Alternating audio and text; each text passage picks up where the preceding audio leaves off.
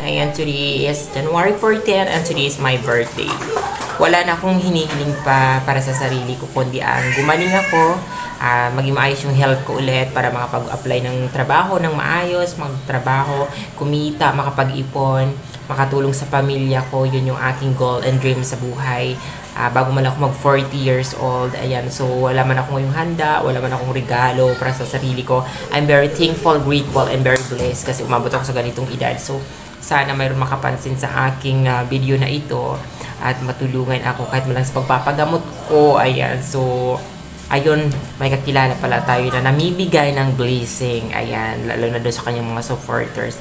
Ayun, so calling Finest China, dahil mayaman ka naman, alam kong mapira ka and 1.5 million ka na.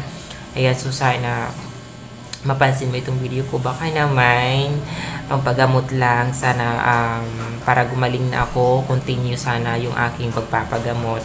Ayan, para makatulong na ako sa pamilya ko. And kung hindi naman, okay lang sa akin, kahit cellphone na lang na iPhone. Wow! Demanding. Sana mapansin mo ito, promise. Kahit iPhone na lang pang vlog para sa aking pagpapatuloy sa aking pagbablog.